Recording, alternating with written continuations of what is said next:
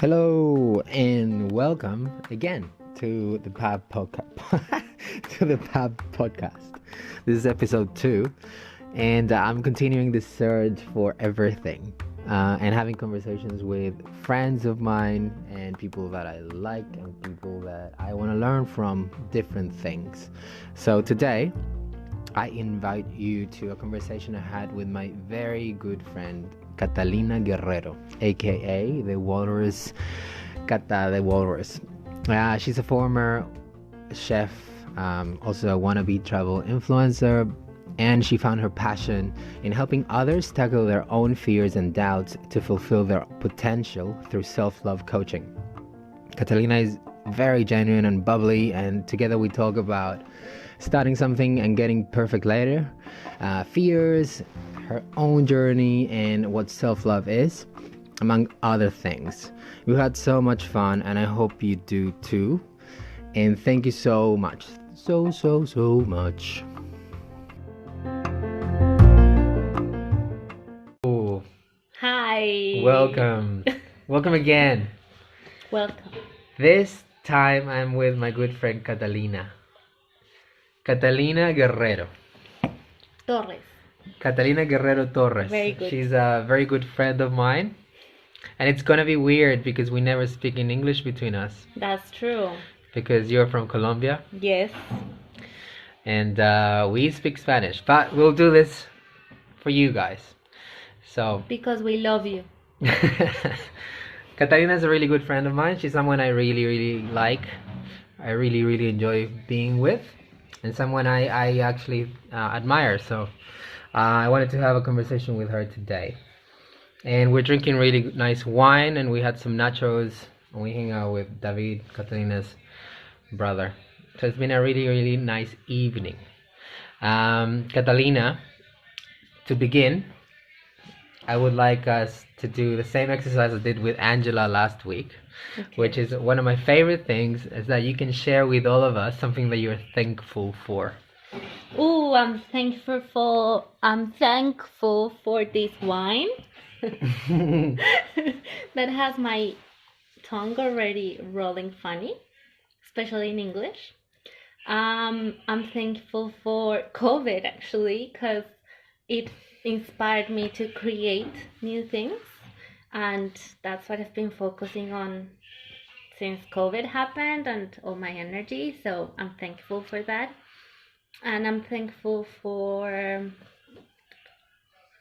my friends and the people around me that are supporting me and always keeping me encouraged and believing in myself when I doubt about myself. That has been amazing. Nice, I like it. Yeah. I am thankful for I'm thankful for technology. Yeah, I think technology is pretty cool because I can listen to music wherever I am. If I go for a walk, I'm just like tuning into this energy that someone created somewhere else that I don't know, and it's beautiful in itself. And then I can listen to podcasts and learn about all this random shit I love. And I can connect with the people I love the most wherever they are in the world. So technology is sick. Cheers So for technology. Cheers for technology. So I was telling you before, I don't want to have any format. Yeah, I love that. I just want to talk to people I find cool, people I like, people I want to learn from. And I think that during a long time in my life, I've been focusing too much on trying to do something perfect. Yeah. Before attempting to do anything. And this is something that I just want to give myself the chance to suck at and be okay with it. Let's suck So at that's it. why I don't want to have a format. So when you asked me that, I was like, no, I don't want to have a format. That's I think okay. the only thing is to start and Finish. to start and do the thankfulness sharing exercise. Yeah. And then talk and finish. That's it. Yeah. That's a good idea. And I don't want to have like a time frame either. No, that's good. That's good. And Something came to my mind when you were saying that, and then it just left. I don't know. I don't remember what it was. It was something about perfection. We were talking about perfectionism yeah, just because like 2 minutes ago, like yeah, before because we I started said this. that I don't. There's a lot of stuff I didn't start in time, or I didn't start at all because I'm always hoping to do things perfectly. Yeah. Um, so yeah, doing a podcast is something that I always wanted to do, but I wanted to do something different. I shared it with you before. I wanted to do something with music, but I couldn't tackle the legal aspects of it, and I also didn't know how to do it. And then it came to a moment in which I was like, I can just record something random on my phone, and that's it. Yeah. So yeah, it's I was actually listening to one of your podcasts today, and you were talking about starting something and then getting perfect later. Yeah. Yeah. So yeah, that's something that I've also it's also come to my mind. It's like just start doing something. We Absolutely. suck at so many things. Because when you overthink something, you're gonna find 1,000 reasons not to do it. You have these stories in your mind that are just gonna tell you, don't do it, don't do it. And the more you allow that space, you are gonna allow those voices to come. So it's just better to make a decision and say like, oh my God, I'm just gonna do it, and then you figure it out. It's like there's actually a book that talks about it. It says yes, say yes, and figure it out later.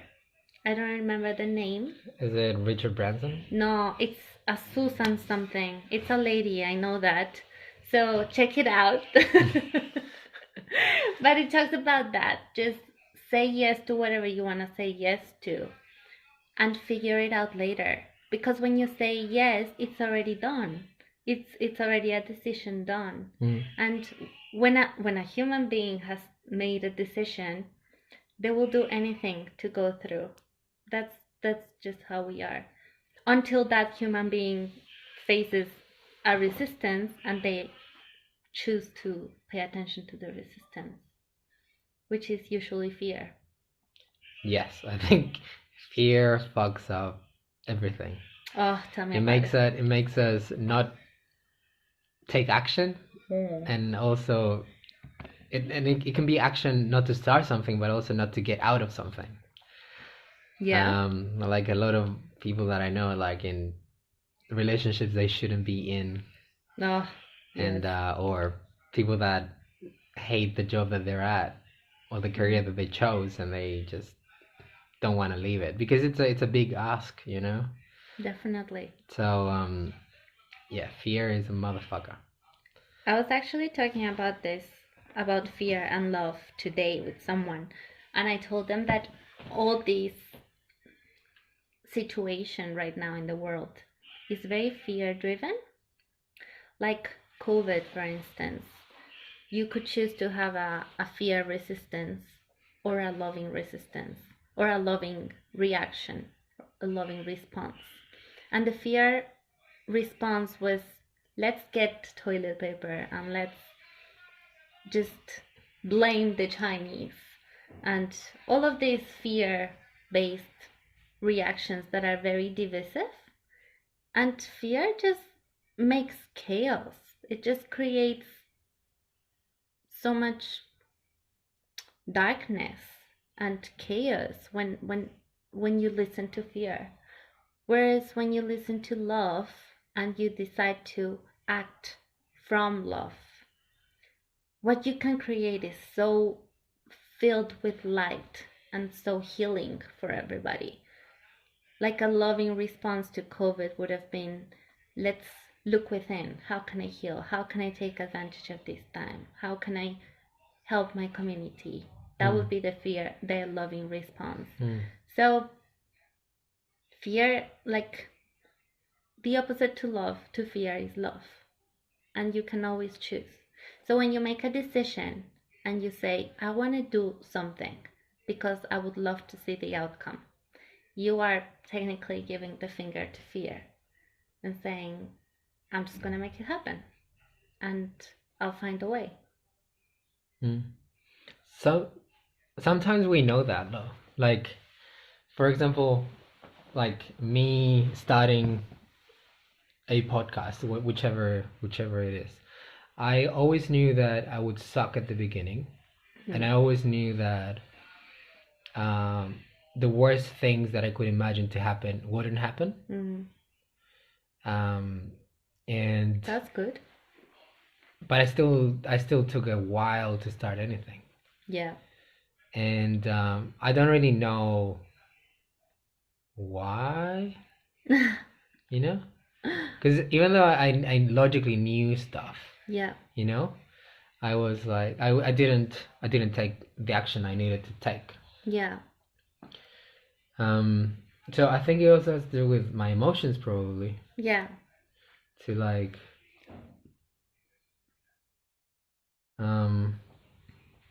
it's actually interesting because this comes down to, like, I'm a self-love coach, right? So I work a lot with the self-esteem triad. And self-esteem what? Triad. So it's like a triangle.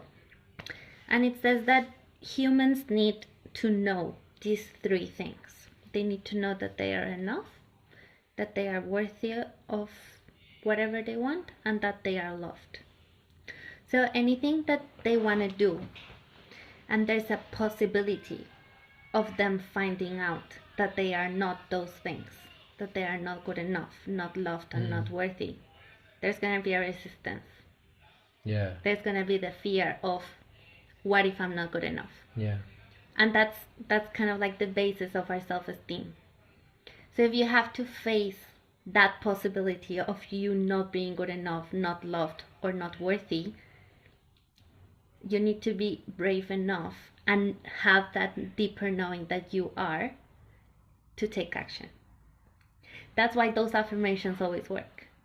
They always say, like, I'll be good enough even if I fail, because I'm not my results. Yeah, exactly. I'm just me, this beautiful person that is alive and breathing, right? And you're just worthy of everything and loved and enough because you are alive.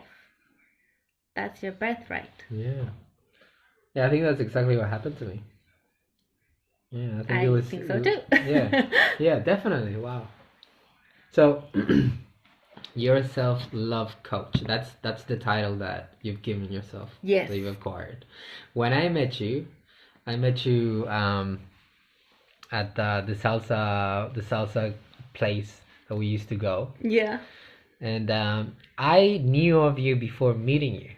And I always heard a lot of my friends there talking about Catalina. And then Catalina. And oh, it was nice stuff. It was always like, they were always talking about this nice energy, good energy, someone fun to be around. And then I was like, oh, who's this Catalina that everyone talks about? I'm not buying it until I met you. Yes.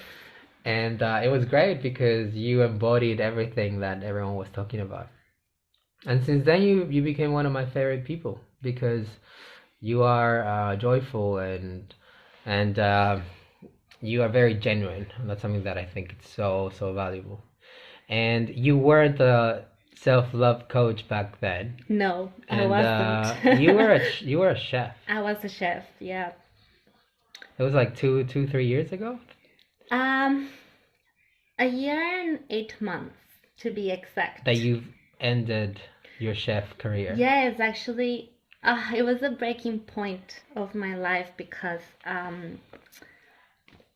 everything came together at the same time. I was pursuing my residency in Australia as a chef, as a cook back then. And I was also kind of like questioning my own existence. Yeah. Of like, what is the point of my life? What am I doing cooking? What is life, you know? And as soon as I got my residency, I was able to leave my job. So the moment I got my residency, I left my job and I went traveling. And that's when I decided I don't want to be in the kitchen. And I'm just going to see what I want to do. And I've always known that I wanted to have something of my own, that I wanted to be my own boss. And for a while, I pursued being a travel influencer. So I got a blog and I would post photos on Instagram, and I wanted that life, that life of, here I am in the Maldives, and if I can do it, you can do it too. That kind of life. And I wanted that. Buy this pillow from this. Use the code Catalina to get a discount. I wanted that, and then I had to get really honest with myself when all this existentialism happened. This was before I left my job. I was trying to do it while I was working as a chef. So also at that moment when I quit my job, I realized that I had to completely restructure my life and have a deep look within and be like, who am I? What do I want to do with my life? And then it was then when I decided to heal myself and to learn about my inner world, about meditation, about how to deal with emotions, about how to deal with heartbreak. And it just took me on a path where I became a self-love coach. So why did you become a chef in the first place? Well, there I was, 17.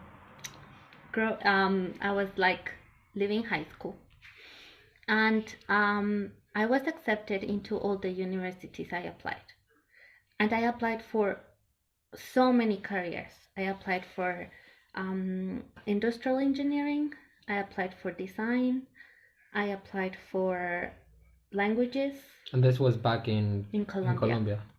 And I was accepted into all the good universities in Colombia. And I thought to myself, I don't want to have a conventional life. I don't want to become someone's wife and have kids. It's not for me. And I saw that's where I was heading to if I started a conventional life of like go 5 years to university and then get married and then get a job and then have kids and then all these checklists. And I saw that checklist and I was like, I don't want that. And then I told to my mom, I think I'm gonna be a chef. And she couldn't believe it. She was like, what? Are you serious? And I was like, yeah, I'm gonna go to cooking school. And it was a shock for everyone. Like did you always love cooking or? No. I mean, like I saw my aunt cooking and my grandmother, and like the smells of the kitchen are some of my favorite smells and the best memories. But I had never said that I would become a chef. Never, ever. Yeah. I said that I wanted to be a lawyer, a criminologist. You know, when I saw CSI, did you see CSI? Yeah, I wanted to be a criminologist. I would love to do that. I wanted to see, like, you killed him. Yeah. I know it. I wanted to be that person. When I was like... Your DNA match. I know. You're a DNA match. We have found that you have killed this prostitute. I wanted to do that. But then I was like, oh, this checklist, it sounds so boring. And then I said, I'm gonna go to cooking school. And my mom couldn't believe it. And she was like, okay, fine. I'll say that you're gonna go to cooking school. And then I signed up and we paid. And then I told my family, I told my grandmother especially, I'm gonna be a chef. And then my grandmother was like, why? I hate cooking, she said, my grandmother. She's like, why would you want to willingly spend your life in a kitchen? No. And you know, like in our countries in Latin America, being the service is very frowned upon. Yes. Yes. And if you say that you want to willingly go into a hospitality career, people are gonna look at you like, are you crazy? You're not gonna earn enough money. Exactly. Yeah. You want to be the service? Yeah. And then I was like, yes, I want to be the service. But I was more like, I'm going to be different. Yeah. So I went to cooking school and it was so much fun. Like I fell in love with cooking, but I loved eating more. Mm.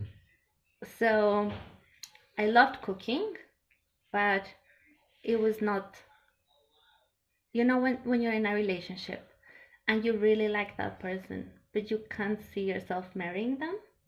Yep. That was my Yeah. relationship with cooking. Right. I loved it, but I couldn't see myself marrying it.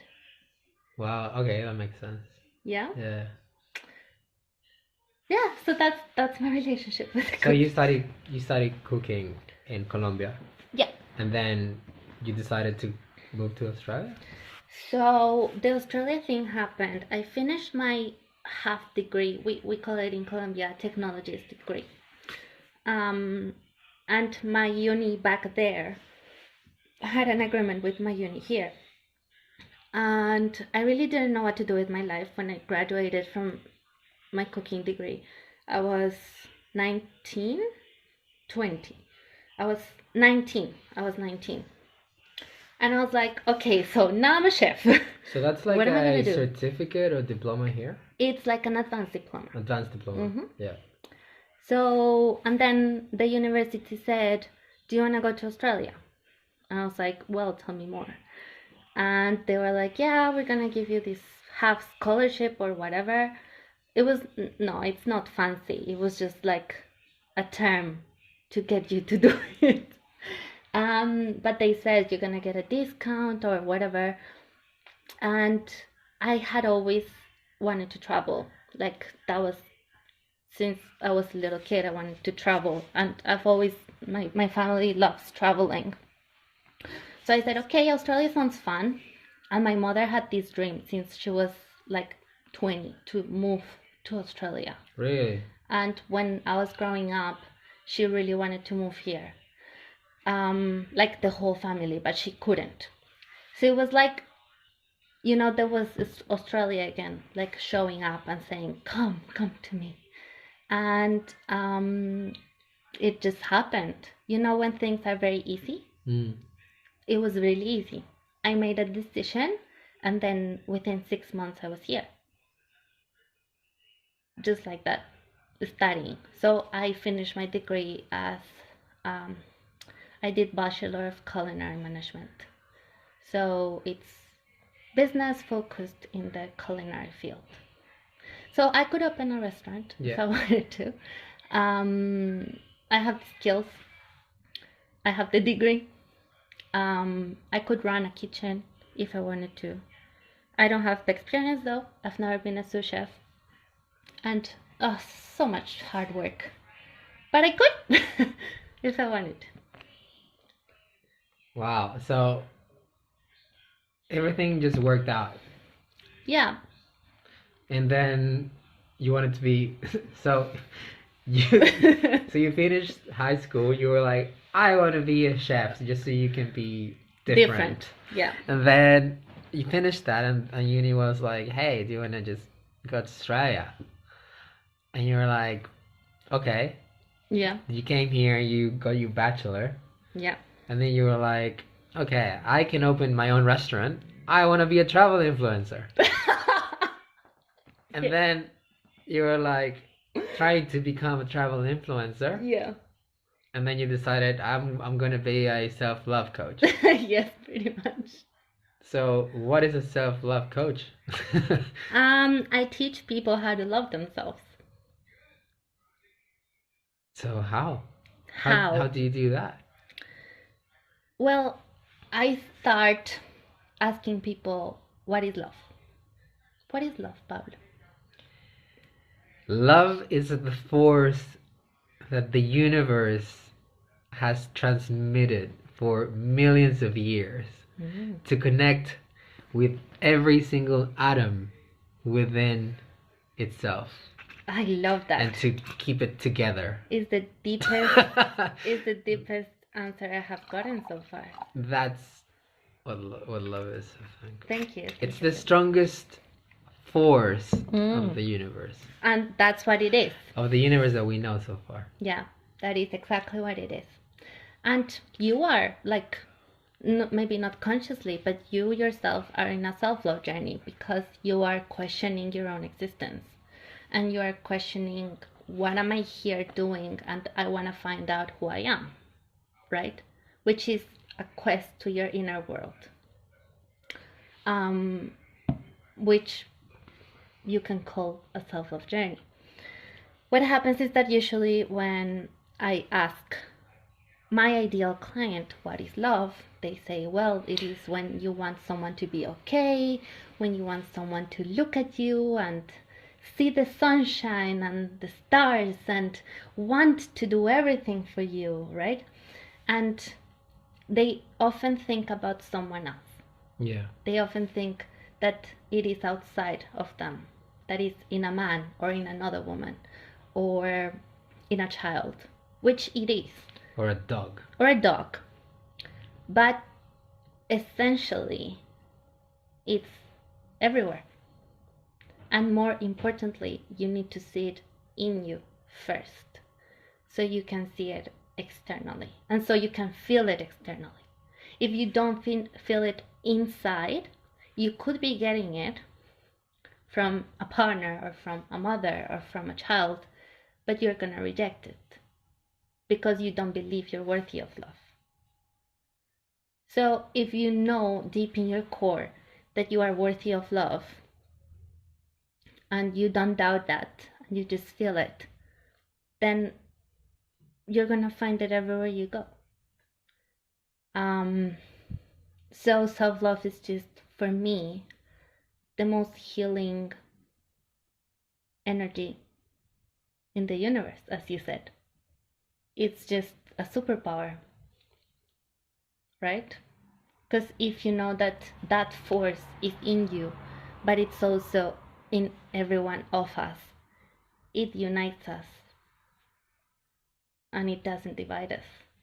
So it comes back to fear and love. So people usually have a fear-based idea of love. If I don't find a man or if I don't find a woman, I'm not worthy. Or if someone doesn't love me, I'm not good enough. Exactly. So they're scared. Yeah. And that's fear. Whereas a loving idea of love is everywhere. I am love, you are love. I can find love even in death, even in darkness, even in the challenge that I'm fearing to face. I can find love everywhere. And if people can see love everywhere, they are unstoppable. Until nothing. Death is just the next great adventure.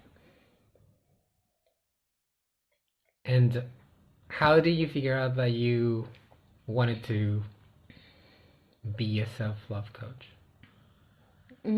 Because, all right, so you were a chef. You were a chef, and then you wanted to be an Instagram influencer. I know. And then you were like, no, I want to be a self-love coach. So obviously something happened, or because it's not something that I see advertised much. It's not that I meet self-love coaches. Yeah. Like, of course. No, you anywhere. haven't. We have a store. Get your self-love coach here. No? Haven't seen? Yeah, I think it's next to Brunetti's or something. Yeah, of course. I'll give you a tour.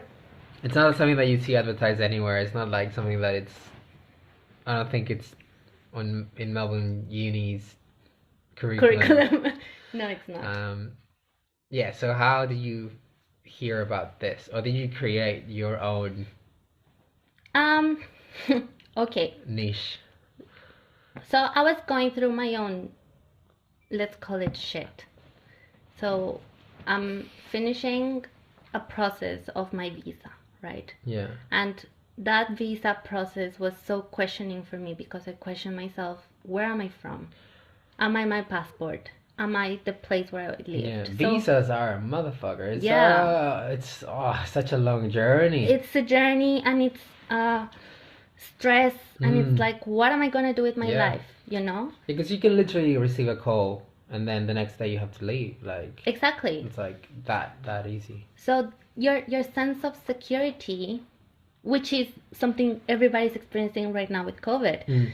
your sense of security is so unstable that you question everything. You question life itself. So I was questioning, where am I from? What's my life for? I was also looking at my job. This is pointless. I'm just cooking for people, business people who look down at me because I'm the service, which was only in my head, because that's not exactly how it is, but that's what was in my head. And I was also questioning everything in my life, like my romantic life, and what am I doing just getting drunk every Friday, or right? Like when you, this is called the spiritual awakening, right? It's called the long dark night of the soul, which is when you're questioning your, basically your existence, Yeah. and everything that you see. So this is how I got into self-love just by itself. I got into, I need to heal, I need to face my shadows, I need to let go of my pain, I need to stop being so reactive and learn how to respond to life. I need to learn how to be responsible for my life. So that's how I started in self-love. Then, as my own process of healing, because I was already creating content as a travel influencer, I said, I'm gonna create content for self-love. And I created the Cake Project, which is today a 30-day program. And the Cake Project was just healing for me.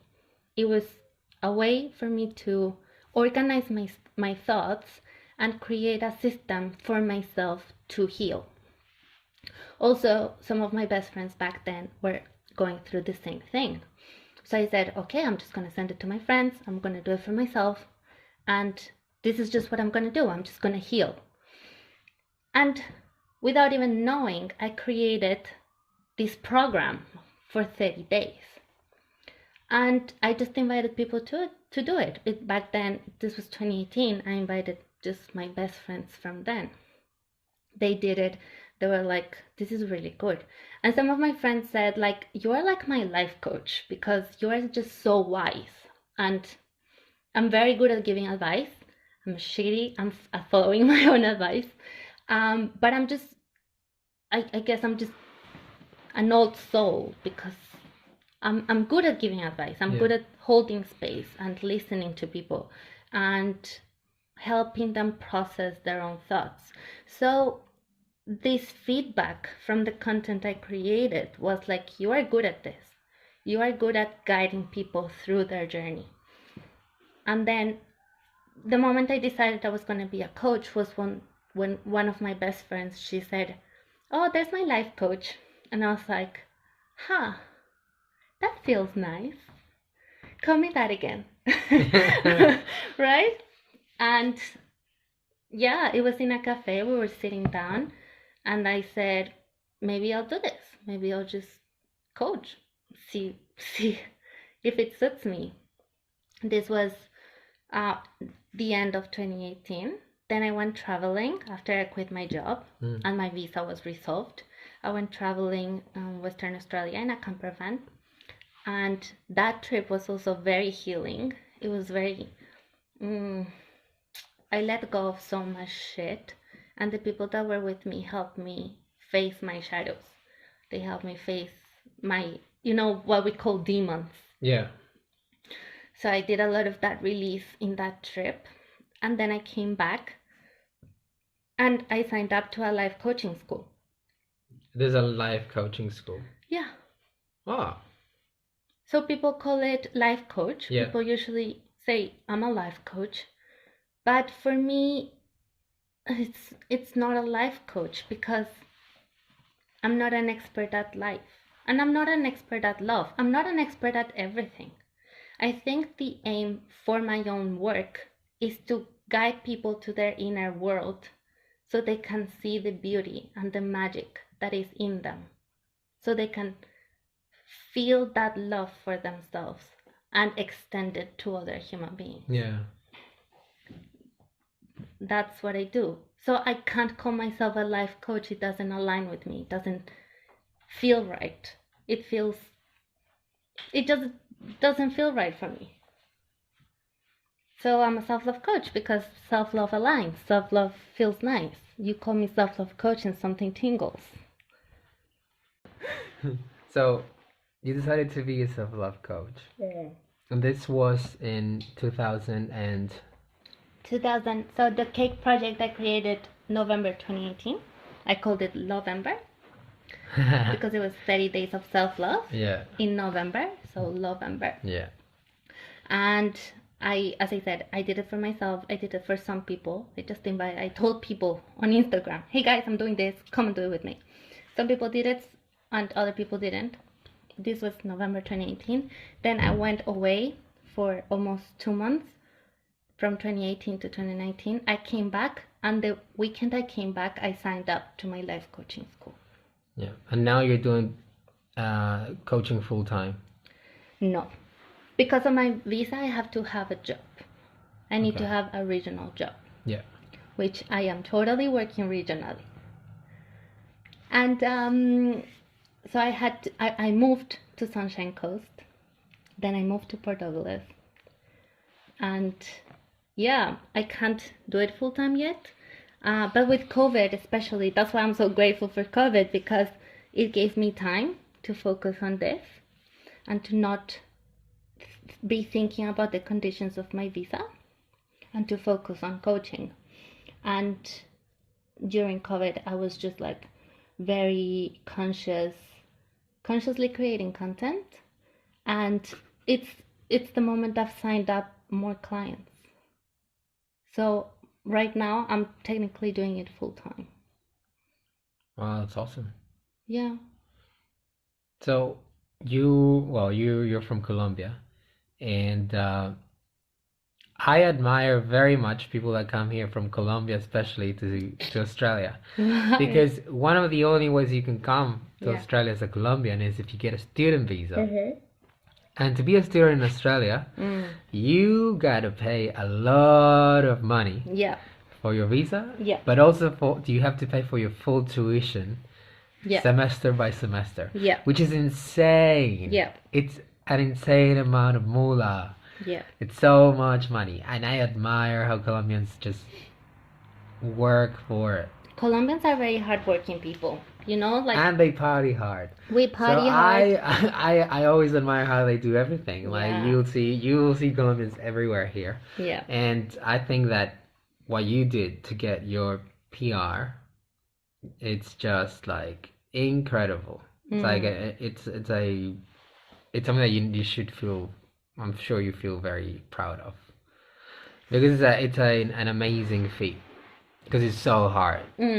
It's so hard. I had help. So what's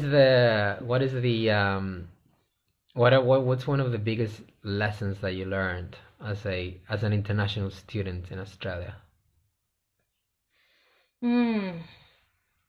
Inequality is everywhere. And when you think you have your shit figured out, then you realize that the world is not a fair place, and that you need to learn how to keep yourself together and find a way. And that only makes you stronger. What doesn't kill you makes you stronger. You know that song? Yeah, I think so. But yeah, what doesn't kill you makes you stronger. Exactly. Yeah. It's just, life. And in some ways I get angry at inequality and at unfairness. And COVID again, there has been so much unfairness with temporary residents and international students, where we were not helped by the government. And that is just a way to show how inequality works. How, some people just have it tougher than others. But also, I am very proud, not just of myself, but all my community. Everybody has been so creative, and that is why Colombians are so resilient and so entrepreneurial, because they say, I'm not gonna let myself die, I'm gonna do something about this. Some people do it very honorably, and other people don't, unfortunately. But the ones that do, they start their food businesses, or they start their music businesses, or they start just doing creative stuff. I'm gonna do a drawing for you, and like that's where creativity comes through. And I think our community, like Latin American communities, are so resilient because of that, because they know they have grown from struggle, and they know how to face challenge and how to face struggle. I would like to see an Australian facing struggle and see what they do. I would like to see that, because privilege doesn't help you grow. Yeah, I think when you're comfortable, you it's very hard to grow. I think that struggles are essential for us becoming better, us becoming a better being. I think that struggles allow us to, as you said, activate our creative part of our brain and figure out how to survive. It's just like an instinctual thing that we have in our DNA somehow, that through struggles we were trying to find food to survive, find shelter to survive, and figure out things. And I think that's what humans do anyway, is that we work on things and we just want to improve every single aspect of everything. Like you see it with phones, for example. Like the phone that we all have today is not going to be the last phone. It's really good, but we want to make it better, The and camera is kind of flimsy, but okay. and it's going to become a more complex, more advanced thing, and then it will be way more integrated in our life. So it's like we are always wanting to improve things. We're always wanting to get better, be better, and be more comfortable. But everything that we have in the end is because of our struggles. And I think that one of the positives of Latin America being such a big place for inequality is that it creates a lot of people that just thrive or are born through struggles. I don't think I would have started this thing, which we call a podcast, if COVID had happened. I would probably be immersed in another routine, and it just changed everything. And it's just another way to see things. Sometimes people have to be on the edge to take action, to see there's actually no other choice. I have to do this. Sometimes we need that, because we like our comfort zone. We are okay there. I always say this: the comfort zone doesn't help you grow, doesn't make you happy, but it's so comfortable that you just stay there, just watching TV in your beautiful couch. It's okay being there. You're not fulfilled, you're not happy, but you're fine. And sometimes people have to be on the edge, and someone has to push them outside of their comfort zone, because sometimes people just don't do it for themselves. I think that's when you can separate a driven person from a not driven person. Someone that is driven will always step out their comfort zone willingly, because they're like, I have outgrown this, I need some adventure. I think I am like that, to be honest. Like, I get tired in my comfort zone.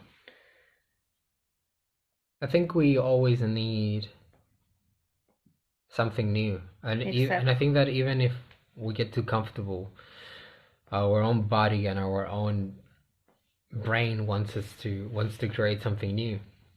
Exactly. Like, I think that's why, in a big way, there's so many people in first world countries that have mental health issues, or they battle anxiety and depression, is because we are too comfortable, and everything is sorted out, and then we can't figure out what we want to do with our lives. Yeah. and that we just get this type of response of what are we gonna do, you know? There's also a lot of shame around doing things differently.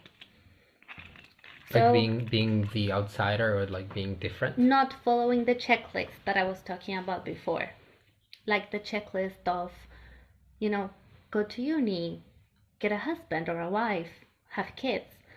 That's a status quo.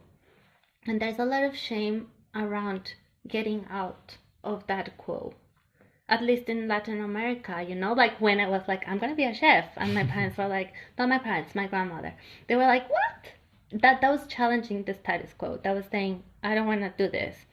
And there's a lot of shame around that. In different countries, it might be different the shame, but there's still shame around something. For example, in Asian communities, it could be, I'm gonna marry someone outside my culture, and people are gonna be like, what? You have to keep us Asian, you know? Yeah. Or in white communities, it could be like, I wanna marry someone of color, and they'll be like, what?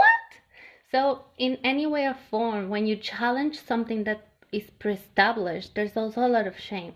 And again, shame is questioning, am I good enough? Am I worthy? Am I loved?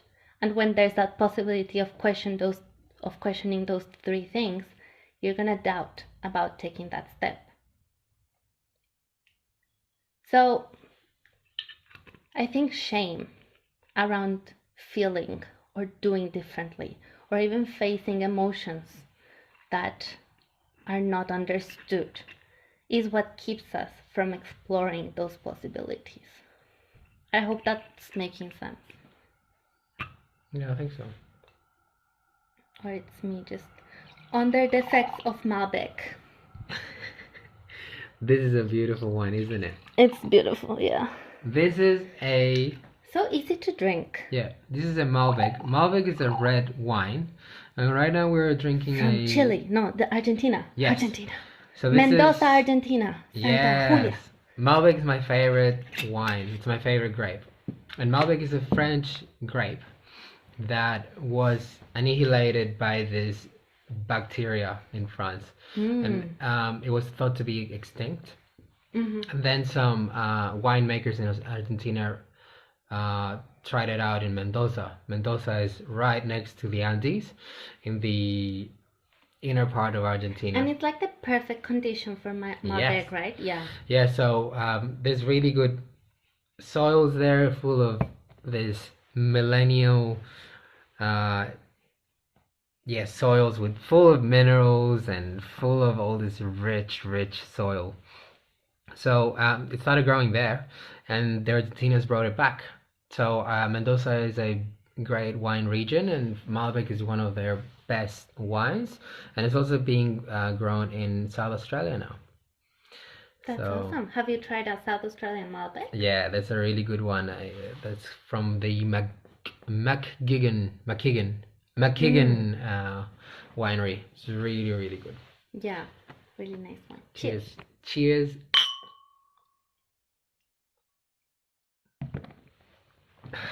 So yeah.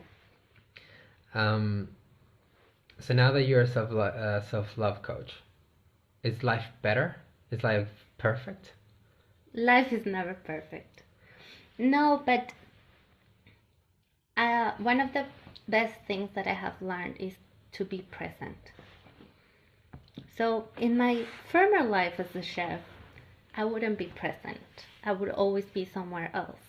I would always be thinking, why didn't he text me? Or, the party of Friday. Or when my boss yelled at me.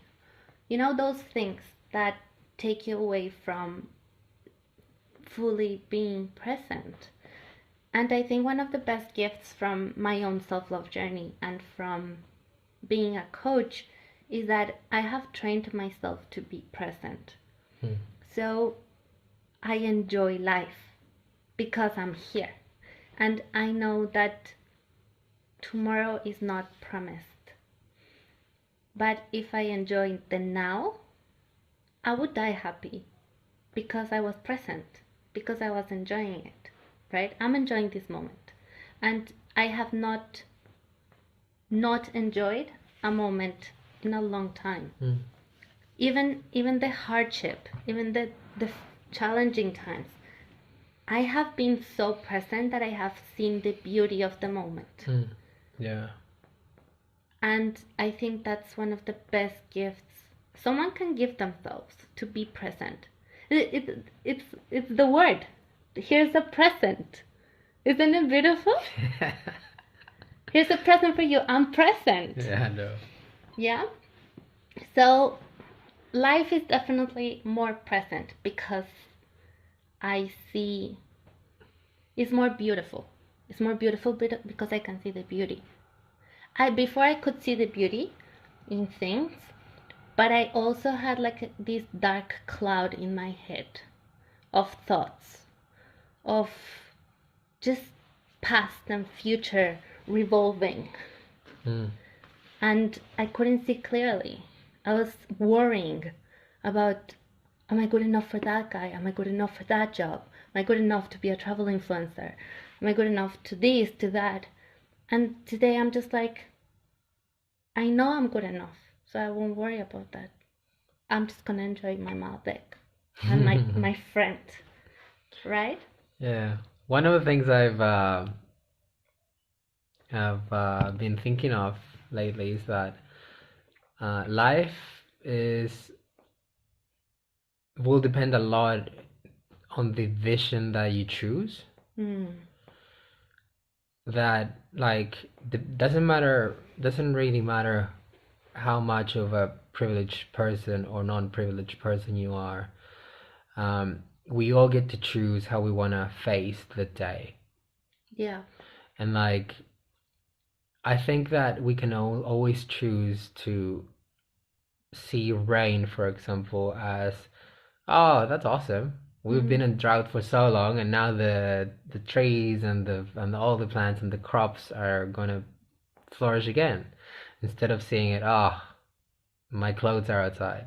Fuck. Yeah. You know, like, I think we can always envision things in a way that not necessarily is quote unquote positive, but in that it's realistic. I like to see things as realistic more than positive, because I think that being, oh, you're so into positivity kind of attitude now has a bit of a negative That's brand. funny. And I think it's quite funny, but I think that life is better and you feel more content when you choose to see the real things, the things that benefit most. Yeah. Because it's really easy to just like see things in darkness, or see them in a way that you are the victim, or seeing them in a way that, oh, this is shit. I think, and I find way more satisfaction in just trying to find the way in which something benefits something. Yeah. Like, there's two things that spark in my mind with that. The first one is everybody sees the world from the lens of their thinking. So if your thinking is conditioned, which is under the rules of society, you're gonna see the world from that lens, from what you should be. But if you see it from an aware and conscious view, which is awakened, you're gonna see it from the lens of your authenticity.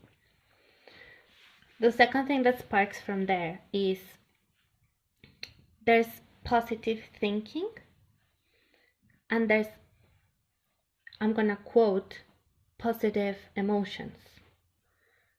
There's no positive or negative emotions, there's just emotions. Yeah. But there is positive and negative thinking. Yeah, true. That is why that positive state movement is so frowned upon, because people confuse thoughts and emotions. Emotions are not positive or negative, they are just emotions. Yeah. But we have labeled as society some emotions negative. Yeah. Anger, frustration, fear. And they're not negative, they are just emotions. Whereas there is a positive and a negative thought. A positive thought, oh, look at the beautiful rain outside. The negative thought, damn, my clothes are getting dumped, right? So there is positive and negative thinking, but there is not positive or negative emotion. So you can't push away negative thoughts, but you need to embrace every single emotion. I think that is why, because there's not that understanding of the dichotomy of the words. And that's where people get confused, right? So you can be a positive person and feel anger or feel frustration. And even feeling anger is such a beautiful thing because it builds these hormones in you, these substances, these chemicals, the adrenaline and the dopamine to go and do things. I don't know if that's chemically right. If I'm wrong, I'm sorry, but you know what I mean? Yeah. Like these emotions, they just give you this push to go and do something about what angers you. Yeah, and we definitely. need anger. We need it. We can't shame anger. Yeah, I like to use my emotions in a way that they can fuel me to do something. So, for example, when I get angry about something, when I get angry, I tend to clean. And I clean the house and I clean my room sometimes. See, it's positive. But also, when you get angry, come visit. but it also makes me make decisions that I want to change about myself, you know? Yeah. Things that anger me about myself. Things, patterns that I want to break or habits that I want to lose. Yeah.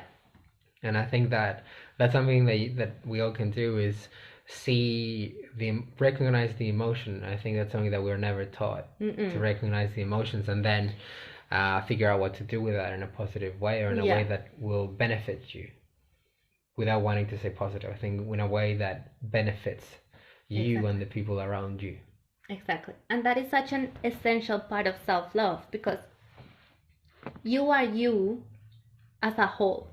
You are this combination of emotions and hormones and do I say hormones or is it substances, chemical substances, and you're also spirit and soul, and many people won't believe in this, and I'm sorry if I'm challenging your beliefs, but this is what I believe. I know everyone that listens to this is very, very open-minded and tolerant, so it's fine.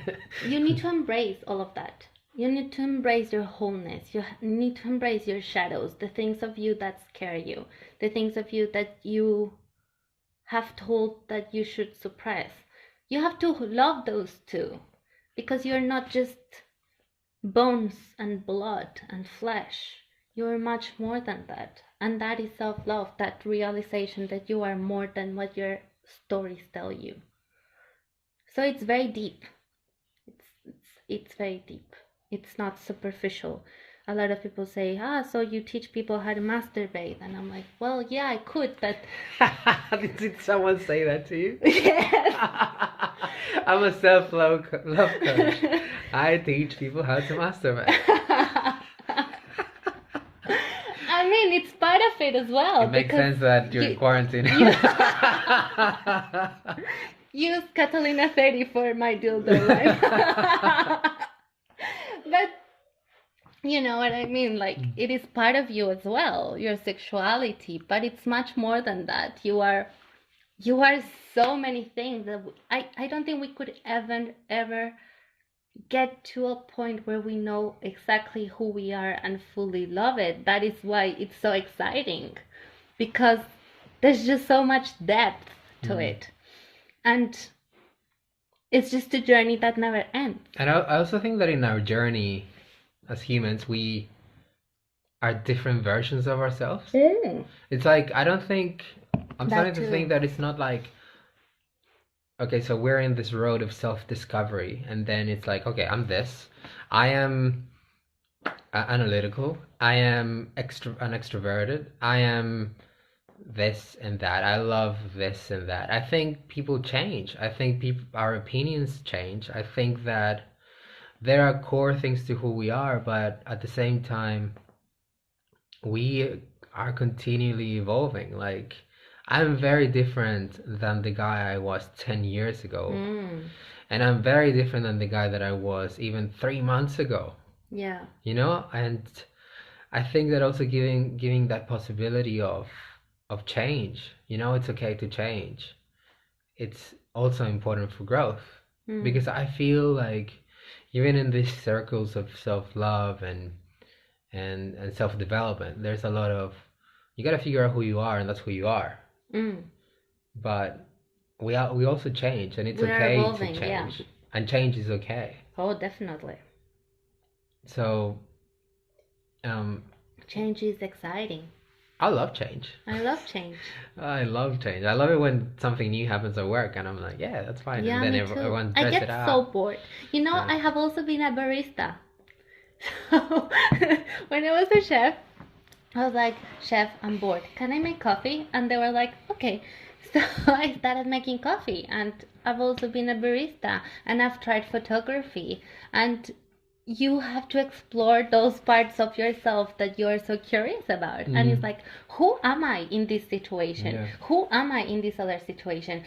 We've danced together. Like, you explore your identity in so many facets, and you find things of yourself that you didn't know.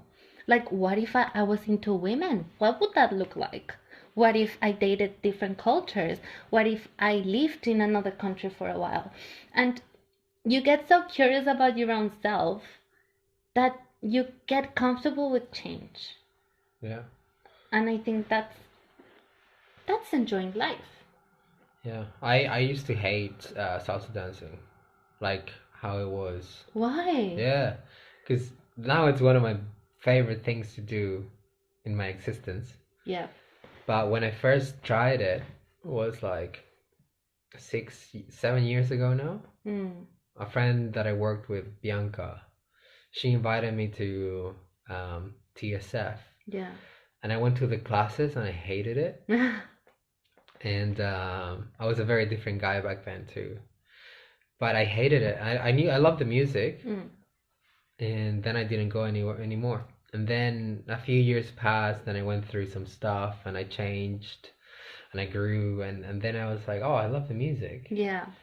I'll give it another chance. And I was like in this state of giving things a second shot. And then since then I was like, yes, I love this. And I had and it was because I had a different attitude. It was the same format, it was the same vibe, it was everything pretty much was the same, but I changed. Yeah. And my worldview changed, and I was able to enjoy one of the things that I enjoy the most, and I discovered something that I love about myself too. So learning about that as well, about how my own worldview impacts how my experiences are, it was super important. That is deep. That is really important. Yeah, and I had to go through a lot of hurt to get to that point. I had to suffer a lot, and that's a lot, and that's sometimes what makes you change, is that you just suffer, and you just. Yeah, that's interesting. People are very scared of being hurt, but I don't want to be hurt though. I think pain is the biggest teacher, and chaos. I think pain and chaos are really great teachers, because it challenges the beliefs that you have of your own self. It challenges the image that you have constructed, and it makes you reconsider who you are, and you become a next level of yourself through pain. I think pain, of course, nobody wants to hurt. Nobody wants to go through pain. It's not nice, but it's also a great teacher, and I think there's beauty in pain. Not that I want to feel pain, but I'm okay with the fact. I know that life comes with that contract. Yeah. It's something that you're gonna experience at some point. Yeah. Yeah. It's just how life is. I don't know if in other planets life would be the same, but it is how you live here as a human being. Yeah, it's how you know it now. Exactly. What's the future holding for you after COVID or during COVID? Wow, I don't know. Because I was working at a resort and the resort closed. So I came to Melbourne. In Port Douglas, yeah, the resort in Port Douglas. And I don't know if the resort is gonna open. I don't know if... You were stood down? Sorry? You were stood down? I was stood down. But they're still saying that we could potentially go back, which is, you know, a possibility. I know that I need to work full time because of my visa for a year. So that's a possibility, but I'm enjoying the present moment. So I'll worry about it when it comes to me worrying about it. Of course, I think about it, but once I think about it and I'm like, what can I do about it right now? I can't really do much, so I won't worry about it because there's not much information for me to proceed. But are there any goals that you have coming up? Goals. Objectives. Because yeah, you gotta live in the moment, but also at the same time you need goals. I have goals. I have a huge vision to where I want to take my self-love coaching. So I'm gonna tell you, I want to have an oracle card deck. Whoa, what's I that? want to have a journal. I want to have the Cake Project journal. What's an oracle card deck? So oracles are tools, like they're cards. There are basically tools for you to find guidance through whichever deity you believe in. Yeah. So it could be through angels, through your spirit guides, through God, through Allah, whoever you want to believe in, or through your own intuition. So what I want to do is to write, there are usually 44 cards in an oracle card deck. So I've actually started writing what my cards would be about, and I've been thinking, oh, who's gonna be my illustrator? And I wanted to go along with the Cake Project journal, which is the Cake Project was what I started creating when I was going through my spiritual awakening. So I wanted to be a bundle.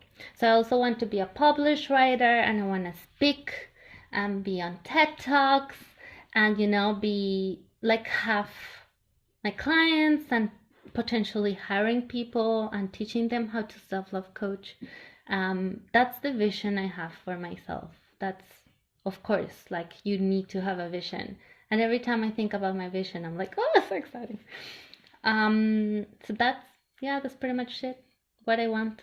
And what's the Cake Project? Because you mentioned the Cake Project a few times. Yes. And I'm sure that not everyone knows what the Cake Project is. You mentioned it, and I feel like having cake, like a good chocolate, sugary, glazed. Have you heard? Yum. Dulce de leche. Let's go have cake. Cake. No, I've quit sugar, so no. Oh, why? What time is it? 9:40. We should cookies. You should. Oh yeah, we'll go cookies. But you should explain what the Cake Project is. So I was creating content for travel before my spiritual awakening. Yeah. Then my spiritual awakening happened, and I started creating self-love content. Right. So the first thing I created was a 30-day sequence, a 30-day program. So like a seminar? It's no, more like a journaling, learning, daily exercise. Yeah. Oh, okay. Yeah. So, when you have 28 days of gratitude, 28 days of meditation, this is a 30 days of self-love. It's like a 30-day challenge. Yes. So it has a workbook. It has templates for you to use. It has information, and now it has videos. So I've been growing it since I started doing it. And it's called the Cake Project because I don't know if this is the reality in Australia, but in our countries in Latin America, we say I'm gonna find my better half. Or I want to find Mi media naranja. Mi media naranja. No, there's something with cake. Oh my God, this wine. It makes me forget. My other piece of cake. I think I'm just gonna fill with some music. I'm whole. Yeah, no, that I'm not whole. I need. Oh my God, I'm forgetting. I can't believe this. I always think about this. The cake project. My better half. Yeah. So people say, I want my better half. What is the saying in Spanish? David, what is the saying in Spanish? Wait. David, ¿por qué hice yo el cake project? ¿Cuál es el saying en español? Mi media mitad, mi media mitad. Mi media mitad. My half. Yes, that's what we say. Mi media mitad. So, he's my media mitad, which is cake related, right? It's like, I need to find my media mitad, my better half. So in Australia it's with orange. It's media naranja. No, my media naranja. Wait. But in Colombia it's about cake. Yeah. Mi mejor mitad. Ahí está. Guys, it's the wine. It's the wine. Okay, mi mejor mitad. My best, my better. My better half. My better half. Thank you. Ugh. But that's what you were saying. No, I was saying my other half. Okay. My better half. My better half. My better half. I want to find my better half, right? Yeah, because they give us this idea that we need to find someone else because we are not whole, because we are not complete. Yeah. So when you find your better half, you are complete. Yeah. So girls and boys equally, they're like, I need to find my better half because I'm not whole, I'm not complete. I cannot fully love myself until I find my better half. And this is the narrative that we have been told since we grew up. We grew up with Disney and with the novelas, and maybe it was different for Australians, but I'm sure the narrative is there. And the Cake Project aim is to tell you, you don't need a better half. You are whole and delicious by yourself, like a cake. So it's like, you are a cake. You don't need a better half. I'm a cake. We could be cakes together, but I don't need you. I don't need anyone. Yeah. Because I'm whole. I'm myself. I'm delicious. And that's the Cake Project. Yeah. Okay, I get it. You get it?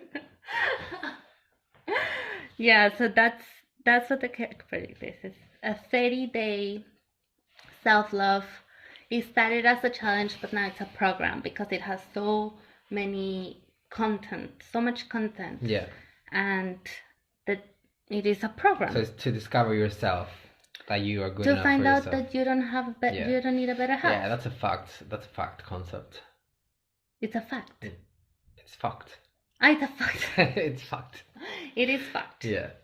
Have you ever looked for your better quotations half? Have you had that belief that you need to have your better half? I don't think so. Oh, that's cool. Yeah, I don't think I have. I did. I had this Disney idea. Oh, my horse. Not my horse. My Prince Charming in a horse. Oh my god. Well, wine is amazing, isn't it? My Prince Charming in a horse. Okay, so finally, because I think I want you to explain why you are Kata the walrus. Oh my god, that's another long story. Okay, so with my high school friends, they said, you are as ugly as a walrus. In Spanish. They told you that? No, like to people. Oh. This was the thing, like a joke with my friends. In Spanish we call it morsa, no seas tan morsa. You didn't hear that? No. Oh, maybe it was just us. I thought it was universal. Okay. My friends would say no seas morsa, like don't be lazy. No seas morsa, don't be ugly. Or like, let's go party. And it's like, no, I'm feeling ugly like a walrus. So the walrus always had a negative connotation. Like, you're fat, you're lazy, you're ugly, you're stupid. And you have a mustache. And they have a mustache, exactly. Like, and I was bullied in school. Okay. Like, until I was 13. So this was in another school. I changed schools a lot. And I found us, my group of friends, making fun of the walrus and like saying it was ugly and stupid. And then I found myself a hypocrite because we knew nothing about walruses. We don't even have walruses in Colombia. We know nothing about the poor walrus. We only know that it has a mustache and it's fat. But then we're labeling everything that is bad as a walrus. Like, the walrus is lazy, the walrus is fat, the walrus is ugly. And it's like, leave the walruses alone. What is the problem with the walrus? And I found myself being a hypocrite. And I said, we need to change this narrative, because this is what happens with beauty standards. They say ugly, curly hair is ugly, or black skin is ugly, or being short is ugly. And everything is labeled as ugly in the media or in the narratives that we are exposed to. And we repeat that. So the walrus became to me the symbol of standing up for non-conventional beauty. For being like, I'm not a swan, I'm a fucking walrus. Whoa. Okay? And I've never fit the beauty standard. Like, I was chubby when I was a kid. And have you seen Colombian girls? They straighten their hairs so much. It's like a cow licked their hairs. And I have this heavy lion-like hair. Like, very wavy, very curvy. And I have the same curves in my hair as I have curves in my belly and in my body. My hips are round and my boobs are round, and I'm curvy. So I don't fit the beauty standard. I was also shy, quotations, because I was not shy. I was an introvert. It's different. But I was bullied because I didn't fit their standards of what a child should be. So I was like, no, I want to stand up for what's unconventional. I'm unconventional, and I want to be with people that are unconventional. And I don't want to be a swan, I want to be a walrus. And I want to be okay with being different and having a double chin, you see? And a mustache, right?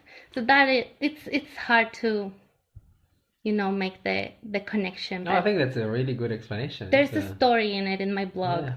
It's a very beautiful explanation. I love it. Thank you.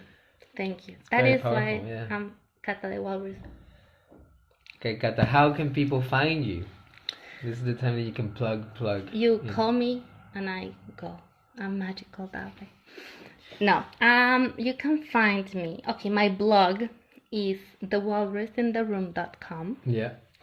My Instagram is at cata.thewalrus.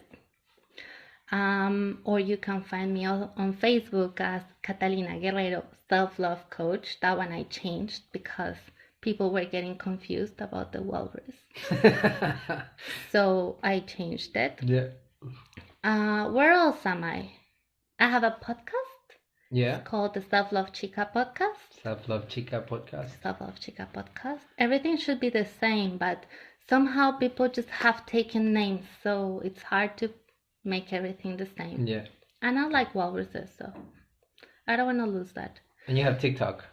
I have a TikTok. It's called the Self-Love Chica. Self-Love Chica. Yeah. Self-Love Chica. That's it. Nice. That's where you can find me. And if you could go back and give your 19-year-old self a piece of advice, what would it be?